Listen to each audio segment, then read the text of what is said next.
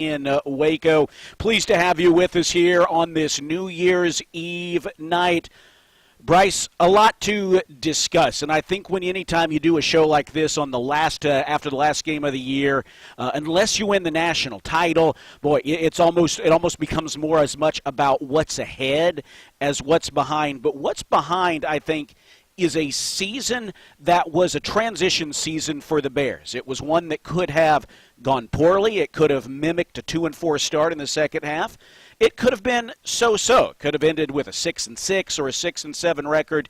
Instead, the Bears won 6 of their last 7 games, consistently developed an outstanding offense. Obviously, there's room to improve on defense. I don't know how you feel. I'm disappointed we lost. I wanted to win over LSU. That would have been a marquee win in a lot of ways. You always want to beat, a team that has that national cachet. End of the day, Baylor just allowed too many game-breaking plays. Either defensively they allowed them to go against them, or some of the errors were self-inflicted. I come away thinking, again, the Bears aren't so far off, but as we kind of knew going into this year, there's still more to come with this team, with this program, and ultimately this year gave them a lot to build on.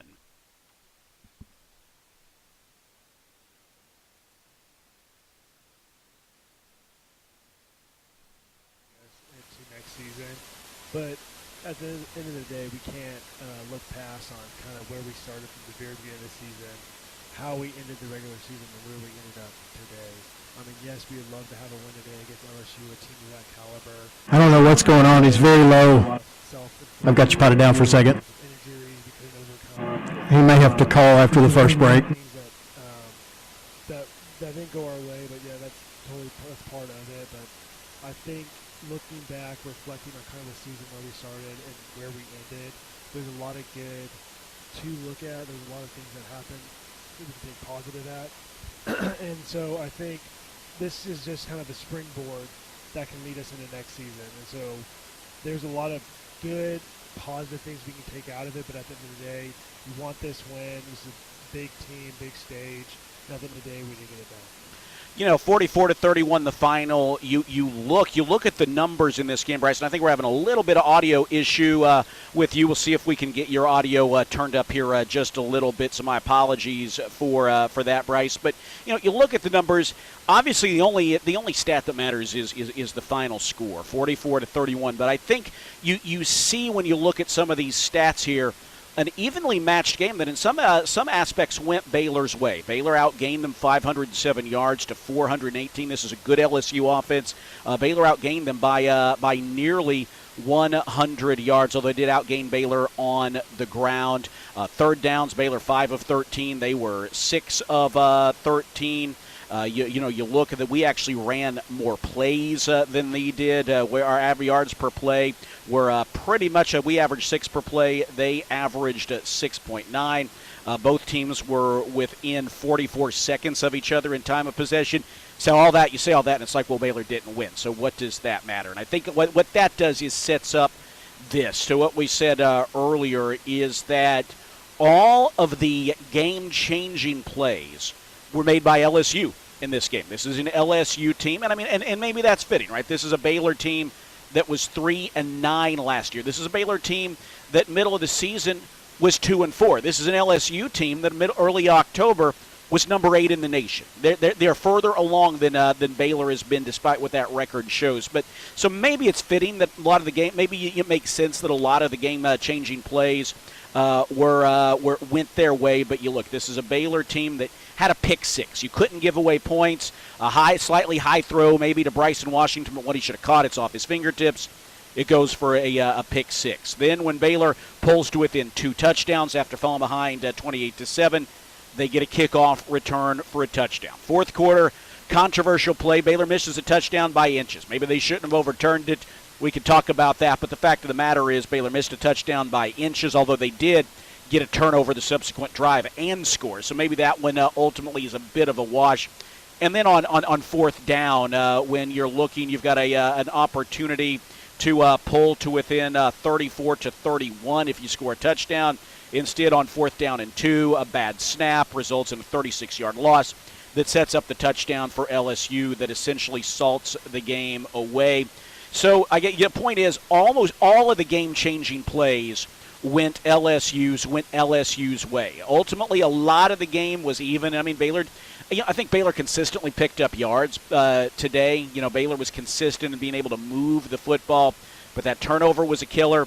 Not having Bryson Washington from the first quarter on certainly was not an area of strength for the Bears. Losing him hurt. Dawson Pendergrass is great, but Bryson Washington has been one of the best running backs in the country over the second half of the season, and that's really my takeaway. Baylor is just not quite, this is again a team that was number 8 in the nation earlier this year.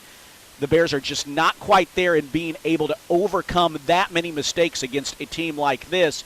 The idea is you keep building on what's been a successful year ahead, and hopefully you eliminate some of those mistakes, but also having played in a game like this, you also improve in such a way that this team becomes a little more mistake-proof. Is that fair to say, Bryce?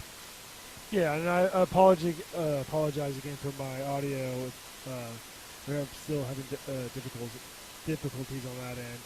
But I keep going back to the season of 2010 where Baylor made their first bowl game in about 16 years, and the Texas Bowl was actually that game we played in my freshman year. And that was kind of just like the springboard that launched us into the Alamo Bowl the next year. We had a Heisman winner of RG3 default that year, and then we were able to play in the Holiday Bowl. And so sometimes you kind of need these resets and these hard checks to kind of get you through the regular season, get you to a bowl game, get those guys to kind of feel like what that postseason feels like, kind of get used to that postseason schedule, and then those guys know what to expect, the guys who come back for that following year. And so I think there's a lot to learn from what happened with this game, how to prepare.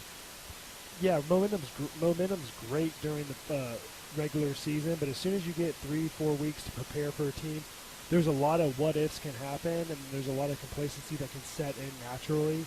So now that a lot of these younger guys have experienced that going into next year, I think there's a good edge there. So, I mean, there's a lot to take away, good and bad. Obviously, at the end of the day, you want to win the game.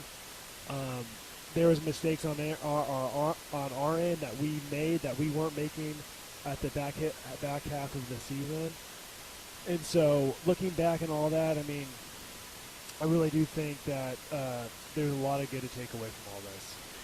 44-31, LSU scores 28 of the game's first 35 points in this one today. The Bears try to make a comeback, but ultimately are unable to get closer than 2 scores in this one after falling behind 14-0. If you want to join in the conversation, we'd love to hear your thoughts. You can tweet us using the hashtag BUFanForum. That is hashtag BUFanForum. Or you can comment on the Baylor Athletics YouTube feed, your thoughts on the season. As we go to break, I'll mention something. Bryce referenced the 2010 Texas Bowl. This has become a spot that Baylor has played now 3 times since that 2010 season. And I'll make a statement as we go to break that may mean something, it may not. I mean, sometimes correlation does not mean causation. We know that certainly, but this has always been a bowl in the past. I say always, it's a small sample size, but twice. This has been a bowl that Baylor has played in sort of a transition season, and it's been a springboard to bigger things the year following. 2010, Baylor had that long bowl drought that lasted from 1994 to 2010, but that team led by RG3 and others coming off of an injury. That team lost the Texas Bowl, but built on a strong 2010 season. The next year was, of course, the RG3 Heisman season and a berth in the Alamo Bowl. Up to that point, one of the most successful seasons in program history. Then Baylor played here again, 2018, Matt Rule's second season. After winning one game in 2017, Baylor played in this game in 2018 after a 6-6 regular season, defeated Vanderbilt. The team the following year learned to win close games. They went on to play in the Big 12 championship game. Now, does that mean that I necessarily think, well, just because Baylor played in this game, that the Baylor's due for a Big 12 title next year? Certainly, I hope so. I think the talent's going to be enough to contend for a Big 12 title. But the point being, for whatever reason, in the last 15 years or so, this has been a matchup that after Baylor has played in it, they've built on it the following year and done really good things. Hopefully that's something that the Bears are poised to do again next year. As we move on the program, we're going to talk about what we liked, what we didn't like, talk about building on a team that has a lot of guys coming back. There's a lot to like about who's coming back a little as we look ahead to 2025, which incidentally begins here, if you're in the Central Time Zone, in a little less than 5 hours. This is the Postgame Fan Forum. We're going to go to break. If you want to join in the conversation, you can tweet us, #BUFanForum, or you can comment on the Baylor Athletics YouTube channel. Back with Bryce Hager after this from NRG Stadium here on the Baylor Sports Media Network. First Central Credit Union is cheering for the Bears. Our team advantage. Yeah, I can get enough level from him, but I don't know where the noise is coming from. Enjoy ATM-free refunds. I've never heard that from a Comrex. 2 days early. Huddle up with First Central to make deposits 24/7 at our ATMs. And suit up in a free new member t-shirt. Visit online at firstcentralcu.com. Everything we do for you. Eligibility and application requirements apply. APY equals annual percentage yield. Member NCUA. Premier ER and Urgent Care has all the convenience of urgent care with all the extras of an ER, all under one roof. At every visit, be seen by ER-trained staff with on-site lab and CT, ultrasound, and EKG. Here, you pay for the appropriate level of care that you receive, and we are in network with most major insurance providers. He said every knob is maxed. Has 4 I'm still barely getting him. San Marcos, Temple, Waco, and Woodway. To learn more, visit www.premier.care. Reset the whole thing. Tunes and epic drinks. Dutch Bros Coffee is all about you, our broistas. Okay, sounds good. Whip up a variety of customizable handcrafted beverages like our Rebel Energy drinks, coffees, teas, lemonades, sodas, and more. Download the Dutch Bros app to order ahead and start earning rewards. Sign up now and your first drink is on us. Get up early, stay up late, and change the world with Dutch Bros. Hey, Baylor fans. Want to get more out of your game day? With GXG Elite, you're not just a fan. You're part of the Baylor team. Enjoy VIP access to athlete events, exclusive content, and the chance to support our stars on and off the field. It's all about being all in, and it's all for you. Join us at gxgelite.com and be a part of something special. That's gxgelite.com. Sick 'em Bears. You're listening to Baylor Football on the Baylor Sports Media Network. Back here on the Post-Game Fan Forum alongside Bryce Hager. Derek Smith here with you on this New Year's Eve night following a 44-31 loss by the Bears in the Texas Bowl. The Bears conclude the season with an 8-5 record, a 5-win improvement from the 2023 season. Time to hear how this game played out now. We are going to listen back to some of the big plays in this one on our Game Day Rewind segment. This was a game that obviously did not get off to the best start for the Bears. LSU, led by Garrett Nussbaum, finished top 10 nation in passing yards and passing touchdowns. Looked very much the part. LSU down the field, 12 plays at 68 yards for a touchdown, give LSU a 7-0 lead from there. Baylor got the football. They had a couple of play, 5 plays for 18 yards. Bryson Washington, a couple of runs early on, trying to get things going. However, disaster struck early in this one. A Sawyer Robertson pass off the fingertips of Bryson Washington, and it is picked off and returned for a touchdown by LSU's Devon Keys, a 41-yard interception return. That gave LSU a 14-0 lead, and honestly, essentially from there, Baylor was chasing the rest of the way. However, they would pull to within one score on the subsequent drive. Sawyer Robertson leads a 5-play, 50-yard drive that caps off in a fantastic catch in the back of the end zone by Josh Cameron that withstood review. The Bears have a 3rd and 5 at the 21 as the second quarter begins. Pass to the end zone. What a catch! Oh, Josh Cameron apparently bobbling the ball as he went out of bounds. He can't believe it. It looked like a terrific catch by Josh Cameron. It was initially ruled an incomplete pass. However, upon replay review, it was you could see that even though he bobbled the football, he was able to clearly grab it, make the catch, and tap his foot there in for a touchdown. Maybe not the only time Baylor fans are going to feel like a Baylor wide receiver was able to make the completed catch and get that toe in for a touchdown, but it was counted here. That made it 14-7. However, tough stretch here came within about a 3.5 minute window in the second quarter. Chris Hilton, who had over 100 yards receiving in the first half, caught a 41-yard touchdown pass by Garrett Nussmeier to make it 21-7. Baylor is unable to move the football. They punt, and once again a touchdown by LSU, and that made it 21-7. I beg your pardon. And 21-7 the score there. LSU, though, however, gets a 1-yard pass to Trey-Des Green on third down to make it 28-7 with 8.5 minutes to play in the first half.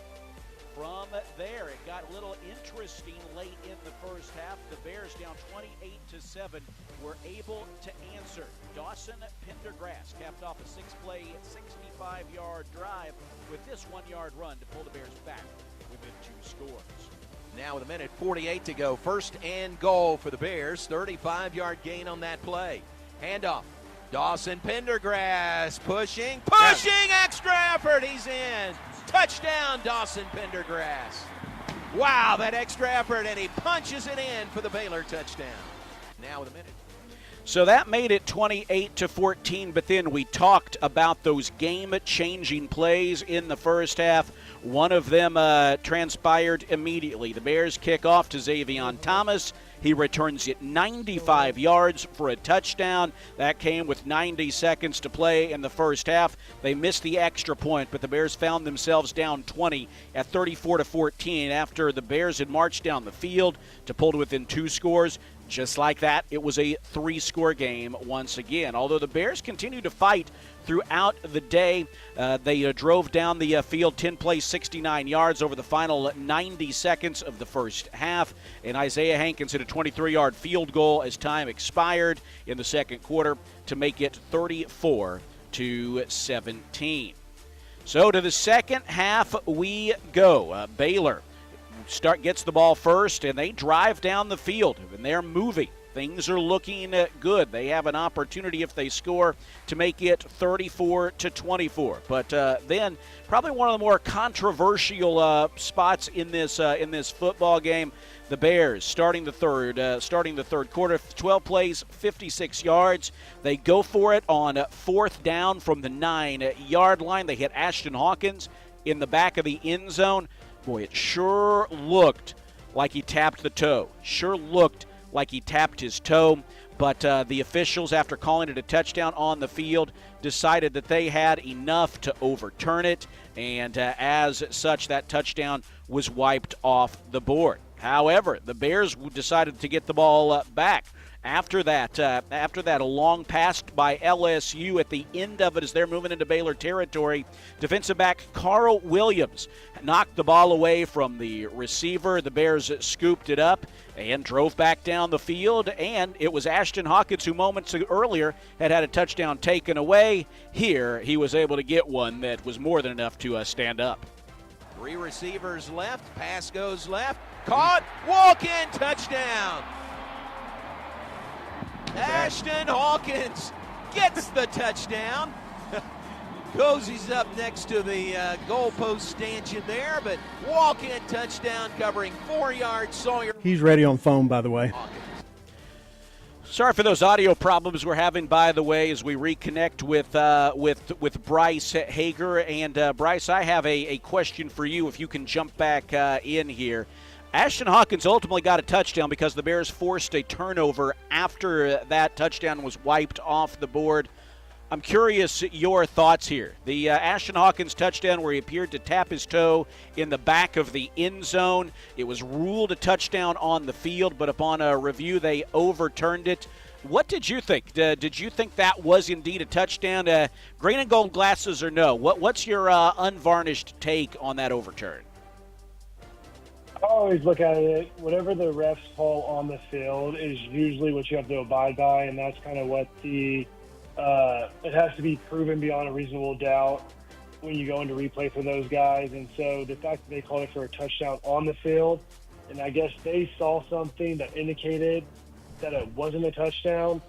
I'm not 100% sold on that. Whatever they saw gave them enough clarity on it wasn't a touchdown. So what's done is done. I wasn't a fan of that call. I thought he caught it, and I thought it was a touchdown. But what they saw during the play, going back on the replay booth, I thought it was a touchdown. I did too. I was surprised that they overturned it. Ultimately, Baylor got it back, but that was disappointing, and it just sort of felt like, again, just a day in which things weren't going Baylor's way. But some things did go Baylor's way. Again, they got that to turnover. Carl Williams, a great play, going for the strip as he attempted to make the tackle and getting the strip. Baylor driving down the field to get the touchdown to make it 34-24. But then really the stretch that decided the game.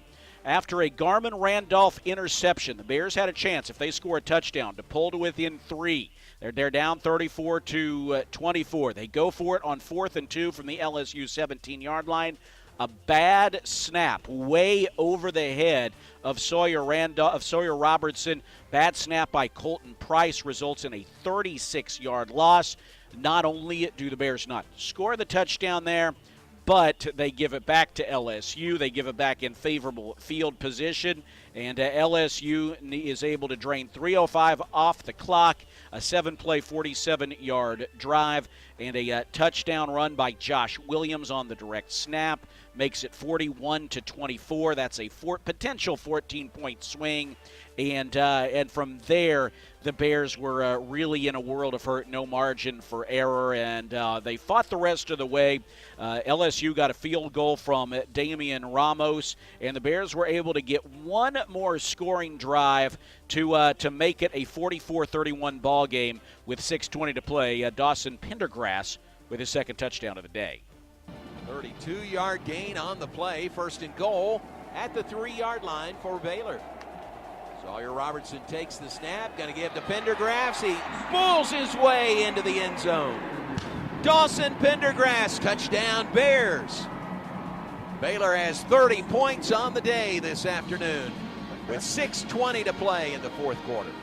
Bears got one more attempt to reach the end zone, but a 4th down pass was incomplete as time expired. 44-31, the final score. LSU with the win over the Bears. The Tigers improved to 9-4 on the season to close out the year under Brian Kelly. The Bears fall to 8-5. Dave Aranda. I say he would have loved to have beat his former school, and in the truth, he absolutely would have. But kind of get the sense with him, it's not really about the revenge stuff so much as it is just getting a win with these guys. And Bryce, I'll say again, you hear the way that game played out. Baylor did a lot of good things. This is an offense that was one of the tops in all of Power 4 over the second half of the season. And they played like it again today. They over 500 yards, 507 yards, 445 of them through the air. Sawyer Robertson without much of a running game. In fact, Baylor, I think that was the big disappointment in a lot of ways on the offensive side. Bryson Washington goes down after 5 carries and 24 yards. The Bears finish with 62 yards rushing on 33 carries, a 1.9-yard average, which kind of forced it all onto the shoulders of Sawyer Robertson. And again, 30 completions, 51 attempts, 445 yards, 2 touchdowns, and an interception. He was great today, but he sort of had to do it all himself. And so I think in that regard a little bit, Bryce, it almost felt like some of those close games early in the season where the Bears were coming close to beating good teams like Colorado or they were within one score of Iowa State early 4th quarter, although that game got out of hand. But it was all on Sawyer Robertson's shoulders, and this is a team that you need a little bit more. Still, I think I saw more than enough today against the LSU defense to think this offense continued to click really from that Texas Tech game all the way through the final gun of the season. Yeah, I mean, we look at the season, the regular season, how we kind of broke it up into 2 seasons, or 2-4, and then our 6-0 kind of run. And if you look at this game, we kind of fell back into that 2-4 season. I mean, Sawyer can't do everything on his own. Like, yeah, he had 445 yards passing and to 62 yards rushing.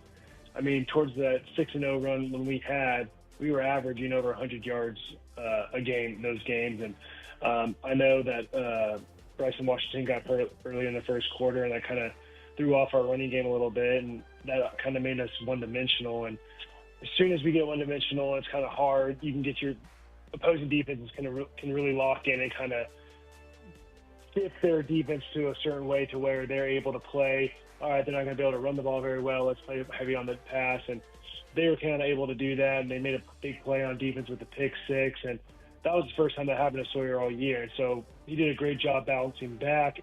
As we've seen all year, whenever he has made a turnover or a play that didn't go his way, he's done a great job of kind of just not letting the next play affect the next play and kind of have a snowball effect. He's done a great job of kind of let the punches roll, which has been, I've been very impressed. And so he had a great game, and like you said, he's kind of playing by himself today, and that hindered our performance overall. But I just think the way we started, I just think there's a lot to look forward to.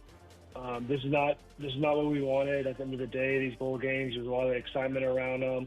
This postseason play, there's a lot to get ready for, prepare for. There's a long window, so it's good for the young guys to experience, the guys who are coming back next year, to kind of know what to prepare for, how to play. It's a long season. Like you start preparation in January, and you go all the way through past Christmas. And so these guys know it's a freaking grind to get through this season. And so I like that these young guys get to experience these long seasons and show.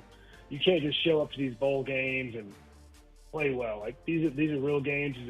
These are intense games, and so there's a lot to learn. But overall, like Sawyer did a great job commanding the offense. I think the defense had a little missteps here and there, but there's a lot to take good and a lot to learn from.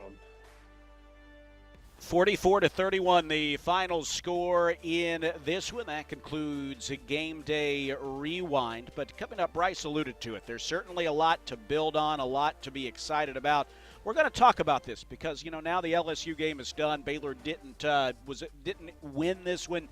However, they can build on it, perhaps like they did in the after the other berths in the Texas Bowl, and see if they can put together another memorable season like they did in 2011, like they did in 2019. We're brought to you by TD Industries, the largest facility service company in the Southwest, providing facilities management, HVAC, plumbing, electrical and building control services, and construction since 1946. Also by Rudy's, proud sponsor of Baylor football. Be sure to stop by your local Rudy's or Rudy's.com for some real Texas barbecue. Enjoy 100% oak smoked meats, delicious sides, and Rudy's signature sauce. Don't forget, Rudy's serves breakfast tacos every day until 10 a.m.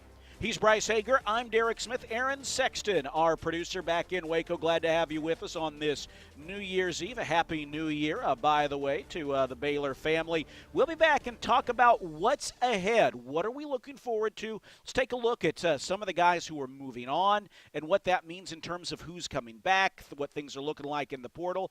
Looks like a positive offseason developing for the Bears. What does it mean? We'll talk about that when we come back after this here on the Baylor Sports Media Network.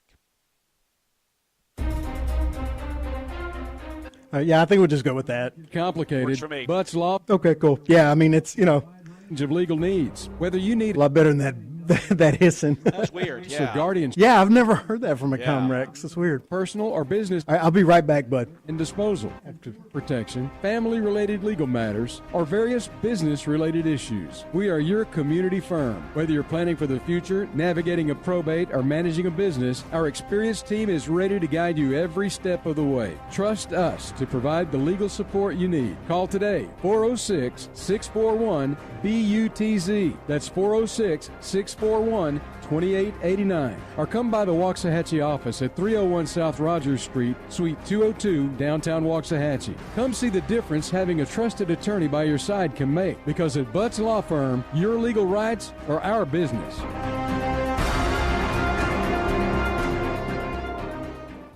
This season, beat the holiday rush and shop Astound.com for bigger deals, bigger savings, and bigger internet. For a limited time, get Astound Internet for only $20 a month for 2 years. Plus, add 5G unlimited Astound Mobile free for 12 months. Our award-winning fiber-powered internet can handle it all. Faster streaming, better gaming, and secure online shopping. Lock in bigger savings than ever before at Astound.com. Restrictions apply. See Astound.com for details. At H-E-B, we know that game day is about more than the game itself. The taste of victory is unparalleled, but so is the taste of H-E-B jalapeno poppers hot off the grill. Seeing the best players in their prime is truly something to behold. So is an H-E-B Prime 1 burger that you grilled to perfection. For low prices on all the things that make game day great and delicious, visit H-E-B, your official game day headquarters, or use the My H-E-B app to start prepping for game day right away. You're listening to Baylor Football on the Baylor Sports Media Network. Back here at NRG Stadium in Houston, where the Bears fall today to LSU 44-31 in the Kinder's Texas Bowl. Ultimately, too many mistakes, too many big plays allowed by Baylor doomed them in this one as they finished the season with an 8-5 record. Alongside Bryce Hager, I'm Derek Smith. And Bryce, let's talk now about what's ahead for this program. I think we knew coming in that this was a year of transition and that there was a lot on the line. Certainly you heard the players and you've heard the coaches talk about they knew there was a lot of pressure. They needed to win. This was a team that was 3-9 last season, and coming off of a stretch in 2022, they had lost their last 4 games of the season, and then started this year 2-4. So you're talking about a stretch in which Baylor won just 5 of 22 games over a 22-game stretch. That's almost 2 seasons of football. They needed to win, but they turned it around coming off of the bye week, a tough loss to Iowa State. They ripped off a 6-game winning streak. The offense really came together. And let's talk about that. I think the reality, there's obviously I'm looking at this as half full. You've got a Baylor football team that over the last 7 games, including today, Bryce, averaged 40 points. Those 40 points per game place them in the we'll see what it all shakes out, but certainly in the top 5 among Power 4 teams. You've got an offensive line that improved, that really matured, I think, in the spread offense led by Jake Spavital here. The running game, which obviously sputtered today, still averaged nearly 100 more yards per game in the second half of the season than in the first. The offensive line cut down on sacks per game, tackles for loss allowed. Simply put, the offense for a half-game season stretch was, I'm going to stop short of saying elite, but it makes you think that elite is possible. Am I being too dramatic? Because I think you look, Bryce, at who's coming back, and we'll talk about that in just a minute. I think they showed me enough over 7 games to think, all right, this is an offense that we should be legitimately excited about what it can do. And assuming people stay healthy and there's no surprises in the portal, there's going to be a deservedly high expectation for what they do game in and game out next year. No, I agree with you. I mean, you tell me, hey, our offense is going to score 31 points or 40 points a game, and you think we should win those games. I mean, so if we can have a complementary team of that's offense, defense, special teams that's cohesively working together, and you can consistently put up 30-plus points a game, that puts you in a great position to have a successful season. And so I think from where we are today, from where we were 2 years ago, a year ago, we're definitely taking steps in the right direction. And so there's no we're not being dramatic when we're saying we are on the cusp of having an elite offense. I think we're there. We just need to build off what we have done and stay consistent who we are. We know we can run the football. Let's get to running the football. Let's be a 2-dimensional team. Let's be able to attack on all 3 sides of the football. And so I think if we could go into this off season with that kind of momentum, I mean, yeah, this game didn't go how we wanted, but the regular season, the last 6 games were exactly what I think this team can be and what we can be in the future. So I know Coach Aranda and those guys and those coaches know exactly kind of how to tee up this offseason and get these guys prepared. I mean, there's a lot of exciting guys we have in the portal or coming in as transfers And so I think from the offensive side of the ball, we might have a new number one receiver coming in. We have a couple guys, free safety, some cover linebackers who we can get excited about. And so I think there's really good pieces coming in this offseason that can fall perfectly into place. That's exactly what we need.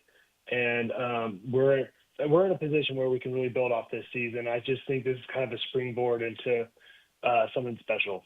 Well, I agree. And you think about who are the guys who are revelations this year. Sawyer Robertson coming back. Bryson Washington coming back. Josh Cameron coming back. I mean, now there's some guys who, Dawson Pendergrass.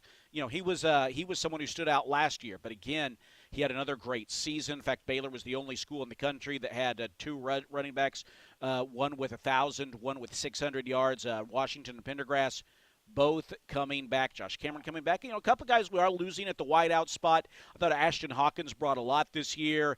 Touchdown today, but he is out of eligibility, although there's a chance, I don't know, we'll see how all this JUCO stuff plays out, but Ashton Hawkins is out of traditional eligibility, but I don't know. I'm probably over-talking by even thinking that, but the way things are going, he does have some JUCO experience on his resume, so maybe there's something there. But right now, Ashton Hawkins graduating, Monterey Baldwin also out of eligibility. Two key pieces at the wideout spot. Campbell Barrington, who brought a lot of, who was a solid performer on the offensive line, is also out of eligibility. Hal Presley as well. But as you mentioned, it sounds like there's going to be some receivers coming in. There's some young guys that I know that they've been excited about. And so right there, most of your key pieces on offense are coming back. Defensively, some guys you lose include Trevin Mai. He was a key piece on the defensive line this year. But again, you look, Chateau, you have a couple of cornerbacks who are moving on, Devin Lemire, or defensive backs, Devin Lemire, Chateau Reed.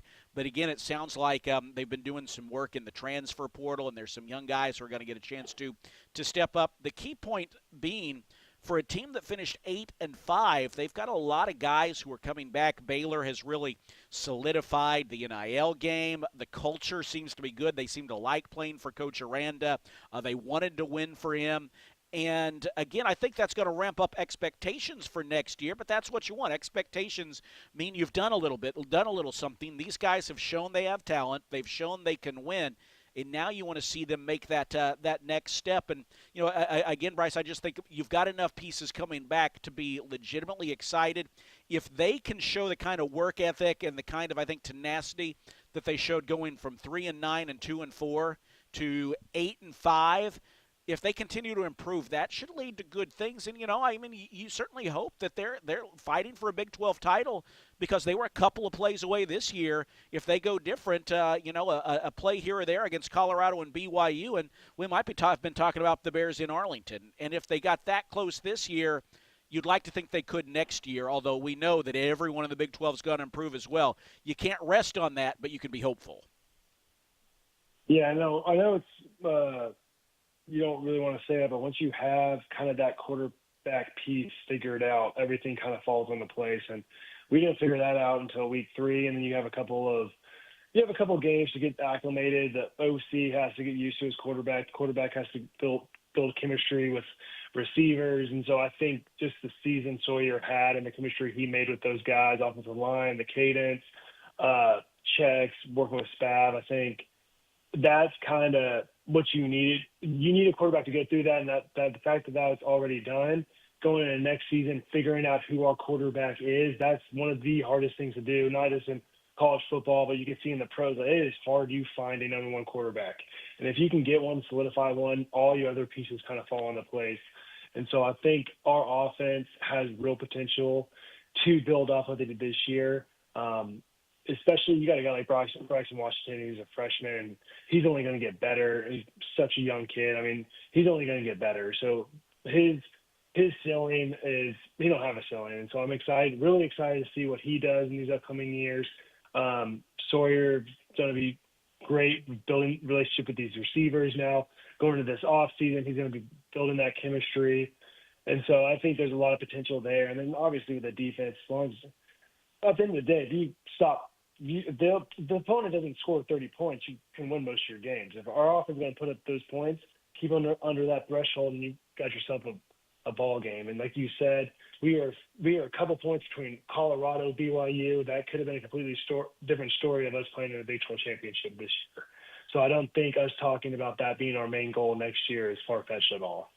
Well, we'll talk a little bit later on about what that schedule looks like. We're now officially looking forward to the 2025 season. We'll talk about what that looks like a little bit later on. But, Bryce, to continue this conversation after the timeout, we're going to go into what we liked and what we didn't like. So let's pick our top two things we liked. I'll say players or areas that we liked this year. And let's take Sawyer and Bryson out of it when we come back. All right, I think everyone knows that Sawyer Robertson and Bryson Washington are guys we're particularly excited about. There's not a lot of debate there.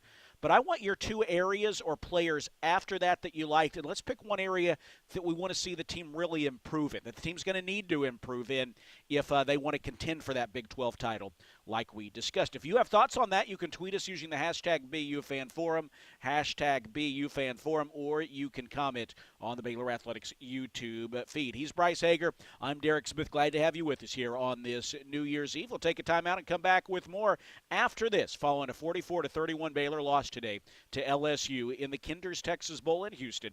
This is the Baylor Sports Media Network. Premier ER and Urgent Care has all the convenience of urgent care with all the expertise of an ER, all under one roof. At every visit, be seen by ER-trained staff with on-site lab and CT, X-ray, ultrasound, and EKG. Here, you pay for the appropriate level of care that you receive, and we are in-network with most major insurance providers.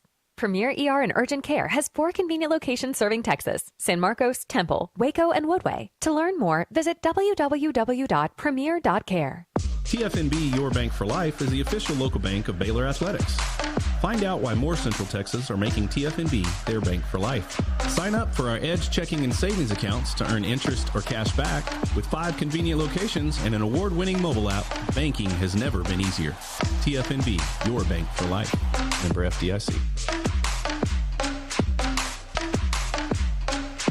Come see why Green Eye Associates is voted best in Waco year after year. Enjoy exceptional service and care from Dr. Leanne Green alongside her dedicated optometrist and staff. Receive trustworthy insights on your eye health. Enjoy the impressive variety of contacts and eyewear, and work with the most experienced optical team in Waco. Don't miss the new state-of-the-art dry eye therapies that rejuvenate the eyes and face with safe, non-invasive treatments to restore comfort and quality of life. Green Eye Associates, official optometrist of Baylor Athletics.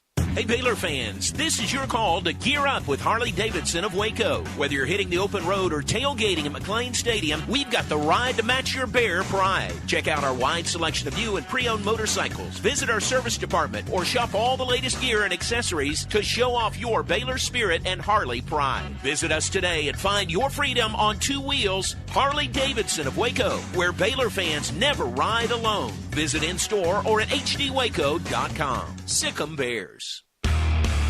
You're listening to Baylor Football. Baylor Football on the Baylor Sports Media Network. Back here at NRG Stadium, where the Bears battle LSU today, but after falling behind 28-7, can never get closer than 2 scores. They lose 44-31 to close out 2024. A fantastic bounce-back season. Certainly a disappointing ending today, but a fantastic bounce-back season for the Bears, for Coach Aranda and this staff. Really, sort of up against it a little bit at times. They dug deep. They believed in what they were doing, and they won 6 of their last 7 games to finish 2024 with 8 wins, a 5-victory improvement from the 2023 season. Alongside Bryce Hager, I'm Derek Smith. We're looking ahead now to 2025, and as we do so, Bryce, I want to say, I think as we do that, we're looking back at 2024, but it's with an eye towards what's ahead. We want to pick the 2 areas we really liked, areas or players we really liked, in an area where the team needs to get better to contend for a Big 12 title. Taking Bryson Washington and Sawyer Robertson off the table, I think it's obvious that we liked what they brought this year. So I'm curious, let's start with you, Bryce. What's the area or player that you were most pleased with, not named Sawyer or Bryson, this season that has you most excited for what's ahead? Well, it's kind of two-layered answer. I really like the decision of having Coach Aranda also be the defense coordinator and play calling. I think after that kind of first couple of games adjustment, I really was pleased with what he was doing and the way the guys were able to adjust to that. And you got Matt Jones, you have Keaton Thomas. I know Matt Jones is kind of moving on, but now you have a guy. You have a guy with Keaton Thomas, and you have also a guy in the transfer portal coming in with Phoenix Jackson from Fresno State. I think he's a great cover linebacker. So if you can pair those two guys up, I think you might have a pretty dynamic duo going into 2025. So that's an area I'm pretty excited about, and I'm gonna keep an eye on it with those guys in the middle running the defense. But overall, I was pleased. I was pleased with the defense. I was pleased with the switch to have Aranda call on the defense and putting trust in those linebackers to run it. And so that's an area I was impressed with, opposed from Sawyer and Bryson Washington. You know, that was going to be kind of my secondary area, and I think so we're close. My area that I was going to lead with that might be in the realm of what you're thinking for your second was the improvement of the offensive line. Coach Mason Miller, they made some key switches. Sidney Fugar, who was hurt in today's game, you hope he's all right and doesn't have to spend a lot of time rehabbing this offseason. We don't know the extent of his injury. But, you know, I thought the offensive line improved dramatically. Certainly 2024 was way better than 2023. Last year, Baylor 112th nationally in offensive line efficiency. This year, they moved up to 6th before today's game. We'll see what the final tally is later on, but the fact of the matter is that's a monumental jump. They opened holes for Bryson Washington. They gave Sawyer Robertson time to throw. And that's just something that wasn't there early in the year, certainly wasn't last year. So that was an area of dramatic improvement. I thought that, feels systemic, feels built in. They're only losing one starter in Campbell Barrington. And you combine that, the leadership we're seeing from Mason Miller on the offensive line, Jake Spavital, what he's doing as offensive coordinator. I think for me that was the area I was going to lead with, followed by what we saw Dave Aranda doing defensively. Yeah, I'll have to go with my second. It's kind of an underrated group that no one really looks at. And you got your offense, you got your defense, and obviously special teams is something that always gets pushed to the side. People don't think about, but special teams is that third phase of the game that is so heavily dependent on being good with making sure you don't give up touchdowns, make sure you don't turn the ball over, and make sure you have good field position. And what Palmer Williams has done on the punting unit, being able to place opponents deep in their 20, 10-yard line, giving those offenses a long football field to go against. Palmer's done a great job, and he's one of those guys who's going to be playing for a long time, not just in college, but he's going to be in the next level, and he's going to be punting the ball for a long time. And so we have a very underrated weapon on our team that I think he gets overlooked, but he's done a great job this season, and I think he's going to continue to do a great job. Yeah, he's one of the best. You look punting-wise, Baylor finished. You look punt returns.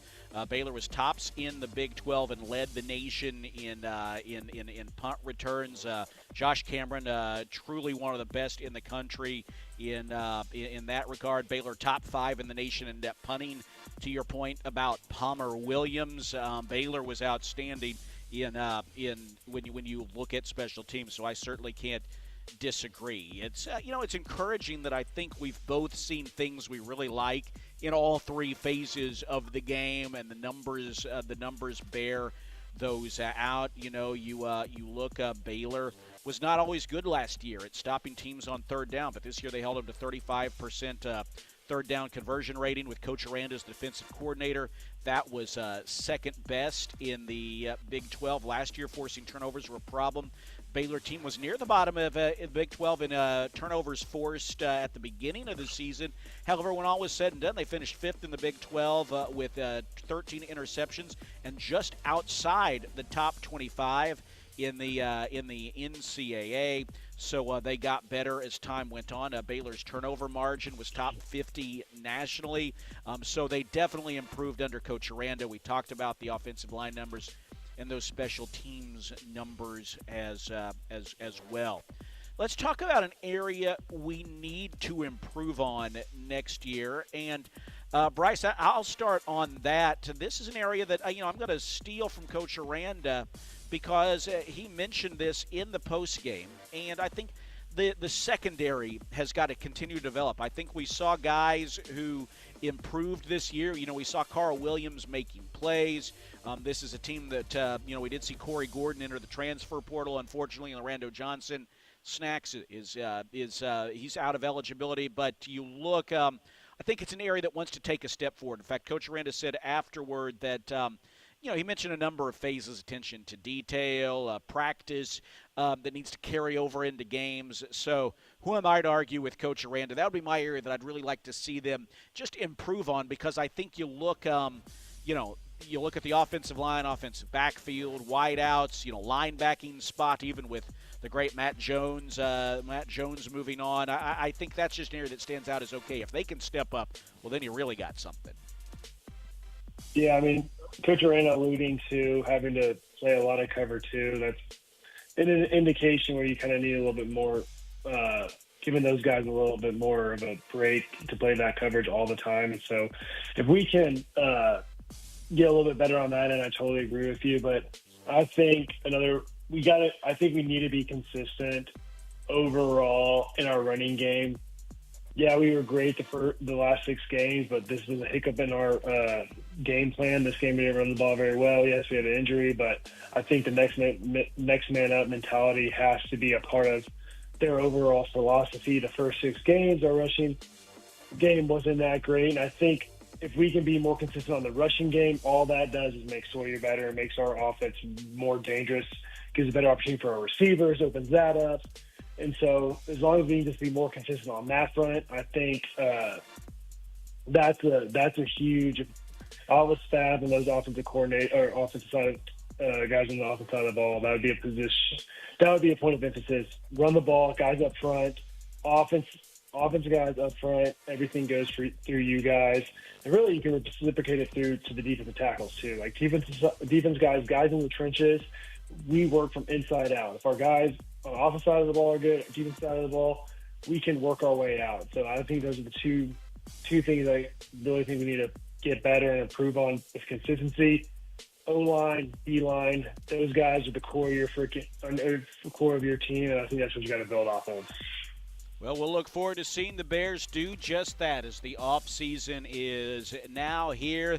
The sun sets on a successful 2024 season for Coach Aranda and the Bears. They finish 8-5. Our final segment is coming up next. As we look forward to the new year, we're going to look at next year's schedule and do our part to at least remind you of a few things as 2025 looms. 44-31 today. The Bears fall in the Texas Bowl. And now we look ahead to Auburn in 2025. We'll wrap things up with thoughts on that after this on the Postgame Fan Forum here on the Baylor Sports Media Network. Welcome to the Make a Jingle with Chris Kringle podcast. Today, we're talking to Jan from Toyota, all about Toyotathon. Hi, thanks for having me.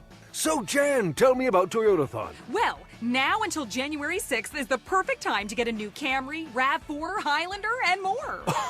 Oh, how exciting. So what can you do in a new Toyota this holiday season? With a new RAV4, you can go snowboarding with your friends. I love dashing through the snow. Or you can take a Camry to a tree lighting ceremony. Sounds merry and bright. Or even load up the family in a Highlander to go ice skating. What a jolly good time. So, Jan, got any red Tacomas? Yeah, we have a great selection of vehicles. After my big job, I'm taking the missus down to Florida to go surfing. Chris Kringle in Florida with his wife? The elves and I will meet you there. Happy Toyotathon! Dealer inventory may vary. Offers are subject to change throughout Toyotathon, which ends on January 6th. See your participating Toyota dealer for details. Toyota. Let's go places. This season, beat the holiday rush and shop Astound.com for bigger deals, bigger savings, and bigger internet. For a limited time, get Astound Internet for only $20 a month for 2 years. Plus, add 5G unlimited Astound Mobile free for 12 months. Our award-winning fiber-powered internet can handle it all. Faster streaming, better gaming, and secure online shopping. Lock in bigger savings than ever before at Astound.com. Restrictions apply. See Astound.com for details. Jeff Haas Mazda and the Baylor Bears both know what it takes to be number one. Hard work, determination, commitment. The number one Mazda dealer in Texas, Jeff Haas Mazda, is inviting all the Baylor Bear fans listening to visit us for hard-hitting deals on every new Mazda in stock, with fresh inventory hitting the ground daily. And every new Mazda comes with our Jeff Haas Advantage plan. Plus, your trade is now worth more than ever. We're buying all makes and models. Get our best cash offer in minutes. Jeff Haas Mazda on the Katy Freeway. Number one based on 2021 sales and stock volume in the Gulf region. You're listening to Baylor Football. Baylor Football on the Baylor Sports Media Network. LSU wins the Texas Bowl over the Bears 44-31 today. A disappointing ending for the Bears, but a strong close to the 2024 season, as we've been discussing. A lot to look forward to as this program builds on a successful year. Bryce, I will mention, I think we both feel that this team has what it takes to contend for a Big 12 title. One thing you recognize, and I think the coaches will recognize this, and they'll make sure the players do, boy, the Big 12 is so fluid. There's so many teams that have I think a sincere claim that they could fight for a Big 12 title. You see teams that are expected to do well not do so. I mean, let's not forget this year we saw Oklahoma State and Arizona up near the top of Utah, up near the top of the Big 12 preseason standings. They didn't finish so well. We acknowledge that, I think we agree. We believe the team has what it takes. It's going to be that much harder with everyone kind of recognizing that you've got that too, right? You've played in those experiences, in that the Big 12 is a brawl, and the Bears are going to have to become that much better at brawling in tough games from the get-go next year.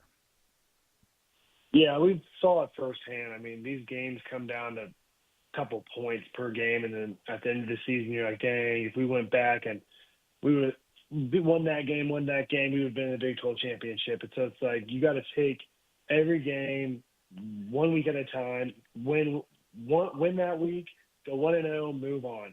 And so I think every game is as important as the next, and so you just see it like the game of inches. 2 or 3 points can determine your season, really. Like, you look back at Colorado, you look back at BYU, and those 1 or 2 plays would have changed the whole dynamic of our season. We could have been playing in the Big 12 championship, and who knows how that would have went. So there's a lot of what ifs looking back on the season. And so I think going into next season, there's a lot of good teams. You still got Arizona State. We don't know how they're playing tomorrow, so who knows how they're going to shake out and what kind of momentum they have. And so you got a lot of good football teams in our conference. And so there's a lot of good competition, and all that does is good competition breeds competition. So I love being in the Big 12. I'm excited for what's to come, but I want to be competitive. I want to be on top. And so not winning these games irritates me point blank. And so I'm a competitive person. I want our team to be the best in the Big 12. And so for me, it's not a successful season if we don't win the Big 12 or at least get to the game. And so that's kind of my mindset for 2025. And I hope it is for you and the rest of the Baylor fans. And I think Big 12 champions, Big 12 get into that. We got to our bowl. Check that off. Let's move on. We're going now to, I think we need to be Big 12 champions. Well, I'd like to see that. It's going to be a tough road for sure. And, the Bears are going to get challenged early. I think it's looking like next year's non-conference might be one of the most challenging in program history. August 30th, the Bears welcome the Auburn Tigers to McLean Stadium. September 6th, they play at SMU, other opponent to be determined. But, you've got an SEC team. You've got a team that was in the college football playoff next season. Right off the bat, I mean, you're not going to see anything in Big 12 is going to be tough, but you're going to be well prepared with that non-conference schedule early on. And then if you're wondering, so who does Baylor play next year in the Big 12? Home games will be against Arizona State, Utah, Houston, Kansas State, and UCF. Road games at Arizona, at Oklahoma State, at Cincinnati, and in Fort Worth at TCU. So that's what the schedule looks like. I'd love to see big home crowds at McLean Stadium right off the bat next year. I expect you will. And then, in Dallas, a lot of Baylor alumni. Maybe we can take over Gerald Ford Stadium there at SMU at least a little bit. They're going to be excited too, obviously coming off the college football playoff season. But hopefully fans can make some noise and get ready for a big home schedule, giving the Bears a great home field advantage. So we'll look forward to that. Hey, Bryce, as we close, I want to give a shout out to one of your guys, Matt Jones, the linebacker, finished with over 100 tackles this year. Also, 62 games in his career. He's played in more games than any other player in Baylor football history. Got to give a tip of the cap to that guy, because you're talking about a guy who has given his all to the program. He's seen a lot of ups and downs, and boy, you're talking about a guy who was right there closing out this year on an up note. Yeah, that's where we'd be tasked. 62 games and whatever level you're playing at, that's Iron Man status. And so hats off to him, and being able to be healthy, play through that. I mean, that's a lot of games played, and he's not playing a easy position either. Linebacker, you're taking hits every play, and kudos to him being active too. Being able to play that many games, make that many tackles. The dude was all over the place. So I'm excited to see his next step and his journey and his next step of his career. And I'm a huge fan of him. Really, really pleased with what I saw of him, the way he commanded the defense. So I'll definitely I'll be following him next year and kind of see where he ends up and how where his journey continues. But I'm excited and really pleased with him. Well, Bryce, we'll look forward to that. Got to give a shout-out to him. Keaton Thomas coming back again. Just to remind people as we wind down here, this is a Baylor team that, with their backs up against the wall, won 6 of their last 7 games, saw the offensive line improve dramatically to the tune of rushing for nearly 100 more yards per game over the second half of the season than the first. Over the last 7 games, they've averaged almost 40 points per game. That's going to place them top 5 in Power 4 over the last half of the season. You see Sawyer Robertson coming back. You've got the quarterback position solidified. You got Bryson Washington, who, boy, if he's able to start off as strong as he finished this year, injury and the quiet game today aside due to that injury, boy, you've got something really special in him. And Dawson Pendergrass, a lot to be excited about with this Baylor football program. You got to give a tip of the cap to all those guys there in green and gold, and to Coach Aranda and this staff who felt the pressure this year in a lot of ways and responded beautifully, and give you excitement for what is forthcoming with this group. Well, that's going to do it for the Fan Forum this year. Hey, Bryce, I want to say thanks to you jumping on and joining in and sharing your insights. Great job throughout the year. I think you got even better as the year went on. You had big shoes to fill at Elliott Coffee, but I know Baylor, the Baylor family, Baylor Nation loves you and what you did here in green and gold, and getting to hear your insights each and every week was enjoyable, and I'm excited for what's ahead. Absolutely. I had a blast during this season. I love being a part of the Baylor family. I mean, it's a great way to reconnect with the fans and being a part of these games, and loved it, enjoyed it, and excited for the future. That sounds good, and we got to give a shout-out to Aaron Sexton as well, our producer. These game days are a lot of moving parts, and Aaron has helped us navigate those beautifully throughout the year as well. Of course, a tip of the cap to the voice of the Bears, John Morris, and Bob Baker, our engineer. So much they do. But, I mean, y'all know John Morris as the Chris Schenkel Award winner, the longtime voice of the Bears, a Texas Sportscaster of the Year in seasons past. But he does so much behind the scenes to make sure that that we have what we need, and so we thank John for that, for Bob Baker and the whole crew, and we also, you look Luke Holcomb, Gordon Hunter, the Playfly team doing a lot of great work to build up what we're able to do for the Baylor family and with all our partners. Certainly, everyone who sponsors these broadcasts, we are very grateful to each of them for that. And I also want to say thanks to the Baylor Athletics communications staff. You look at Brent Ingram, Max Calderon, Josie Hutton, so many great people who are a part of that crew there specifically with football. But they do so much great work that provides all of us who cover these games with all the information we need to share with you, the Baylor fans. And finally, it's Baylor fans that we got to thank as we close out. Thanks for listening each and every week, for supporting this team, for weathering some tough times and celebrating some good times. It's been a lot of fun. We're excited to do that in the year and the years ahead. Well, that's going to wrap things up. So we say early Happy New Year. We are 4 hours away from 2025. We are about 9 months away from the start of the 2025 season. Bryce, Happy New Year to you. Aaron, you as well. Look forward to talking to you all again soon. That's going to wrap things up. Speaking for Bryce and Aaron, I'm Derek Smith. Appreciate you being with us. Happy 2025. God bless you all. Be safe. Be healthy, be well, and we'll look forward to coming together once again as we talk Baylor football in the months ahead in the new year. That's all for now. A successful season comes to an end in the Texas Bowl, a 44-31 loss to LSU, but the Bears win 6 of their last 7 games to finish 8-5 and a springboard into the year ahead. Thanks for joining us